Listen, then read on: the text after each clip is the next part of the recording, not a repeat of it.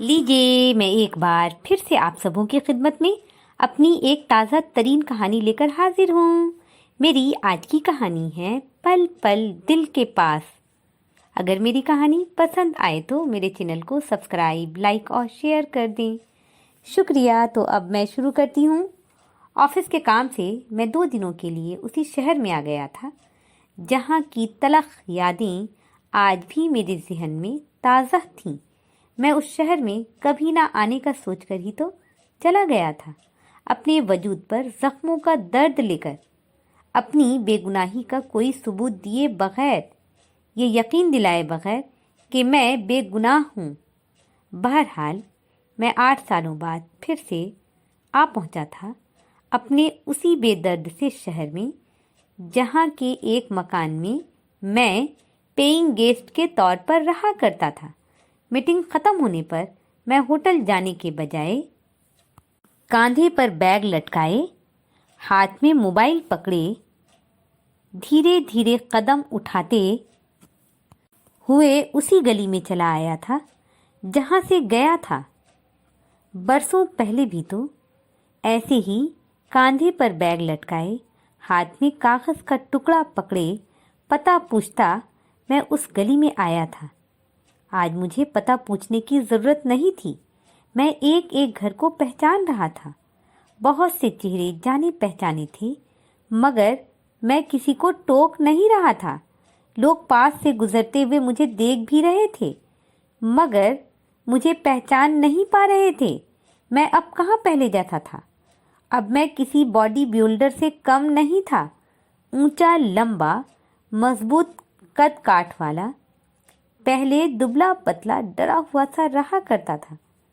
नया शहर जो था, किसी से ज़्यादा जान पहचान भी कहाँ थी। सुबह कॉलेज चला जाता और शाम को डांस क्लास करवाया करता था। बस मैं उस गली नुमा सड़क के एक सिरे से दूसरे सिरे तक चलता रहा। सड़क के नुक्कड़ पर आकर रुक गया। बैग कंधे से उतारकर ज़मीन पर रखता इधर उधर देखकर याद कर रहा था। नुक्कड़ पर ही तो वो मकान था जहाँ मैं रहा करता था, मगर अब वो मकान फ्लैट में बदल गया था। मेरे मकान के सामने भैया लाल जी का घर और उस घर में पायल। मैं इन 8 सालों में अनगिनत बार पायल को याद कर चुका था और हर बार जब उसकी याद आती मैं सर झटक देता। अब भी मैं सर झटक कर इधर उधर देखने लगा था कि मेरी नज़र भैया लाल जी के घर पर लगे बोर्ड पर रुक गई, रूपम डांस क्लास।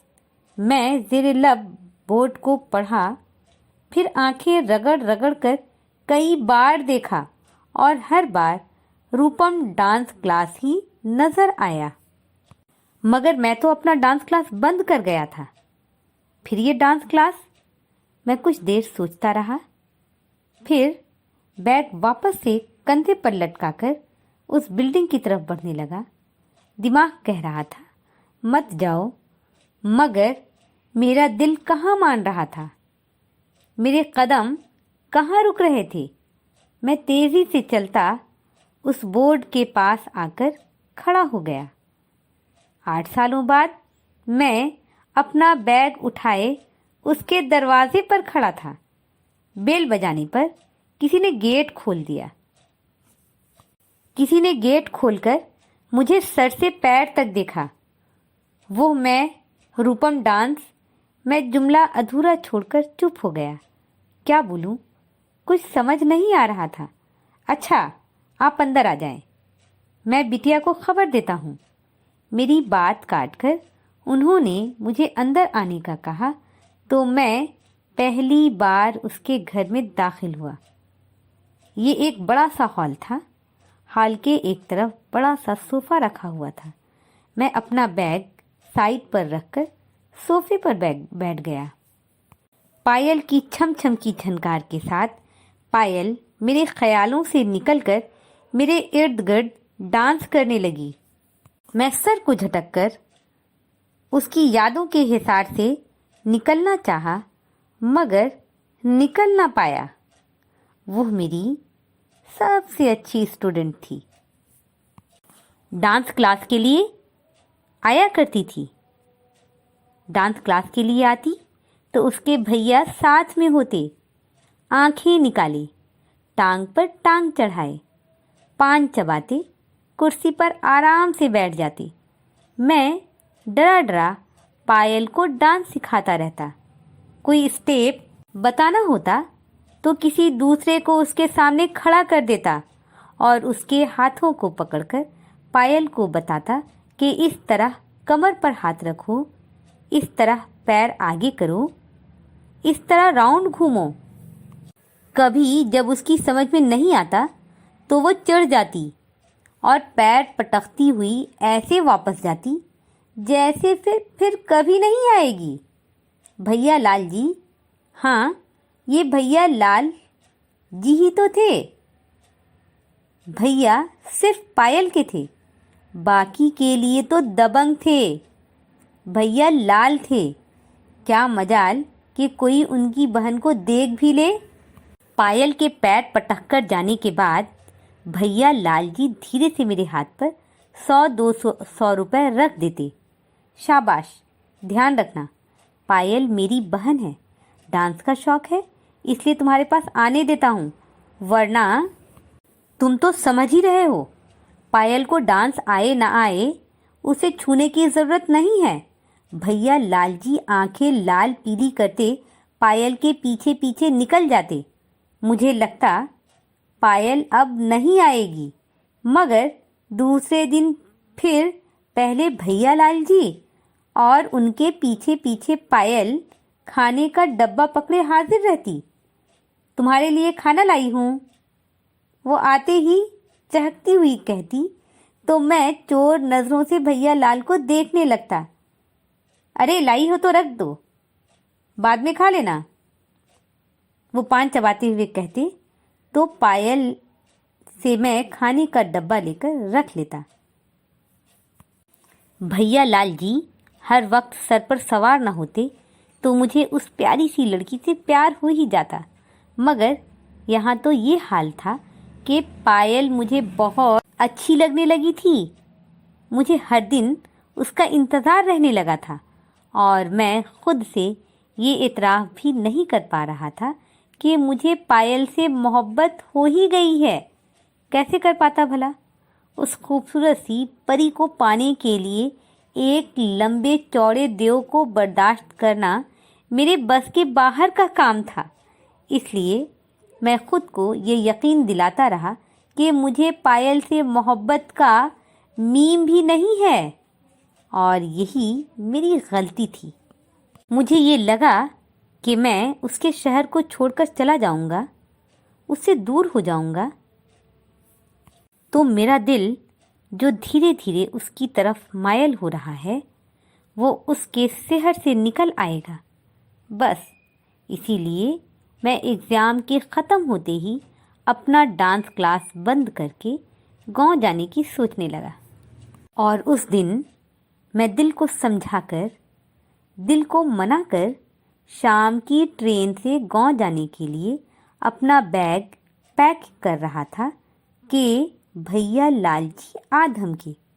मेरे बैग को पैरों से ठोकर मारकर गिराने के बाद मेरा कॉलर पकड़कर मुझे कमरे से बाहर ले आए। मैं हैरान था। मैं कुछ बोलता या पूछता इससे पहले उन्होंने मुझे मारना शुरू कर दिया। मैं गिरता रहा, वो मुझे उठाते रहे और मुझे वार्निंग दे रहे थे कि खबरदार जो फिर कभी इस शहर में दोबारा आया तो। मैं हैरान था कि ये सब क्या हो रहा है। भैया लाल जी ने जाते जाते मेरी पसली में लात मारते हुए कहा था, इतनी पहरेदारी के बाद भी तूने वही किया जिसका डर था, जिसके डर से मैं अपनी पायल के साथ साथ आया करता था। मगर मैंने क्या किया है? मैं कराह कर उन्हें देख रहा था। मेरी पायल को अपनी जाल में फंसा लिया है तुमने। जब ही तो वो कल से कुछ खा नहीं रही, सुबह से बुखार में पड़ी है। अभी मैं दवा दे रहा था, वो गुनूदगी के आलम में तुम्हें आवाज़ें दे रही थी। वो एक और लात मुझे मारकर तेज़ी से सीढ़ियाँ उतर गए। मैं सकते के आलम में कुछ देर फर्श पर औंधा पड़ा रहा। फिर धीरे धीरे उठा, अपना बैग उठाया और वहाँ से चला आया, फिर कभी नहीं आने के लिए, पायल को भूल जाने के लिए। मगर पायल को भूल ना पाया। बार बार लगता कि क्या पायल को भी मुझसे मोहब्बत हो गई थी, और हर बार उसका पायल मेरे ख्यालों में छम छम बजकर ये यकीन दिलाता रहता कि हाँ, उसे भी तुमसे मोहब्बत हो गई थी। जभी तो वो तुम्हें पुकार रही थी, जभी तो भैया लाल जी ने तुम्हारी जमकर पिटाई की थी, जभी तो भैया लाल जी ने तुमको दोबारा वहाँ आने से मना कर दिया था। दिल जिस सुकून की तलाश में उसके शहर को छोड़कर जाना चाहता था, वहाँ से आते हुए अपना सुकून वहीं छोड़ आया था, पायल के पास। उसके शहर को छोड़ के आने के बाद मुझे सर्विस मिल गई, घर बना लिया मैंने, पैसा आ गया। पहले वाला डरा सहमा लड़का अब एक खूबरू जवान था। माँ मेरी शादी को लेकर बहुत परेशान थी। हजारों लड़कियाँ देख चुकी थी मेरे लिए, मगर शादी की बात शुरू होने पर पायल की पायल इतनी ज़ोर से बजती कि मैं शादी से इनकार कर देता। माँ कहती, जितना मर्जी उतनी लड़कियों को नापसंद कर दे, मगर मैं चैन से नहीं बैठने वाली। मैं तुझे लड़कियां दिखाती रहूंगी, तेरी शादी देखे बगैर मैं मरने वाली नहीं हूं। और मैं हंस कर कहता, मरे तुम्हारे दुश्मन, मुझे लड़की पसंद आए तो शादी भी कर लूंगा। अभी कौन सा मैं बूढ़ा हो रहा हूं? तू बूढ़ा नहीं हो रहा, मगर मैं तो बूढ़ी हो रही हूं ना। अब मुझसे घर के कामकाज नहीं होते। माँ प्यार से मेरे सर पर हाथ रख देती। मैं अक्सर सोचता, एक बार अपने पुराने शहर हो आऊं, मगर फिर भैया लाल जी की मार पिटाई याद आ जाती और मैं दिल महसूस कर रह जाता। मैं यहाँ क्यों आ गया? मुझे नहीं आना चाहिए था। चला गया था तो चला गया था। अगर पायल की शादी हो गई हो तो? इस सोच पर मैं हड़बड़ा कर आंखें खोलकर इधर उधर देखने लगा। साइड टेबल पर पानी का बोतल पड़ा था, मैं उठाकर पीने लगा कि तभी सीढ़ियों पर हलचल हुई और मेरी नज़रें उस पर टिक गईं। मैं बैठे से उठ खड़ा हुआ। वो मोबाइल पर नज़रें जमाए मेरे पास आकर रुक गई। हाँ बोलें, किससे मिलना है? वो मेरी तरफ देखी तो मैं वो जी आपसे। रूपम तुम? वो ज़ोर से चिल्लाई। मेरा जुमला बीच में रह गया। हाँ, मैं ऑफिस के काम से आया था। रूपम डांस क्लास देखकर इधर आ गया। मैं सर झुका गया। रूपम, वो मेरा हाथ पकड़कर रो पड़ी। आ गए, मेरे लिए यही काफ़ी है। किस काम से ये मुझे नहीं सुनना। मुझे अपनी दुआओं पर भरोसा था कि तुम एक दिन ज़रूर आओगे। कोई इस तरह भी जाता है भला? कभी तो आते। वो फूट फूट कर रो रही थी। कैसे आता? भैया लाल जी ने तो सख्ती से मना कर दिया था। जब आने का सोचता, अपनी मार पिटाई याद आ जाती। मेरा लहजा शिकायती बन गया। भैया को गुजरे तो 5 साल हो गए हैं। ज़मीनी लड़ाई में भैया को किसी ने गोली मार दी थी। बाबा भी अब नहीं रहे। अब मैं और गांव के काका हैं जिसने गेट खोला था। मैं डांस क्लास चलाती हूँ। वो बगैर रुके बोली गई। ओ शिट, ये तो बहुत बुरा हुआ। मैं अफसुर्दगी से बोला। वो कितनी देर रोती रही। मैं चुपचाप उसे देख रहा था। फिर हिम्मत करके उसके सर पर हाथ रखा और धीरे से पूछा, तुमने शादी नहीं की अब तक? नहीं। वो नजरें झुकाकर बोली। क्यों? मैंने फिर पूछा। मुझे अपनी दुआओं पर भरोसा जो था कि तुम एक रोज़ ज़रूर आओगे, इसलिए तो मैं भैया और बाबा के लाए रिश्तों पर इनकार करती रही थी। उसके आंसू फिर से गिरने लगे थे। अगर मैं शादी से इनकार कर देता तो, अगर मैं शादी कर लेता तो, मैंने शरारत से उसकी आंखों में देखा तो खुद पछताते। तुम्हें तुमसे भी ज़्यादा चाहने वाली लड़की से हाथ धोना पड़ता। वो आंखें निकाले मुझे देखती हुई बोली। मुझे लगा वो बिल्कुल सच कह रही है। मुझे भी तो उससे बेपनाह मोहब्बत थी। मैं भी तो उसे खुद से ज़्यादा चाहता था। इसलिए मीटिंग ख़त्म होने पर मैं होटल न जाकर उसकी गली में चला आया था। मेरी आज की कहानी यहीं पर ख़त्म होती है। मैं अपनी अगली वीडियो में अपनी एक ताज़ा तरीन कहानी लेकर जल्द हाजिर होती हूँ। जब तक के लिए मुझे इजाज़त दें। अपना ध्यान रखें, अपनों का ध्यान रखें। अल्लाह हाफिज़।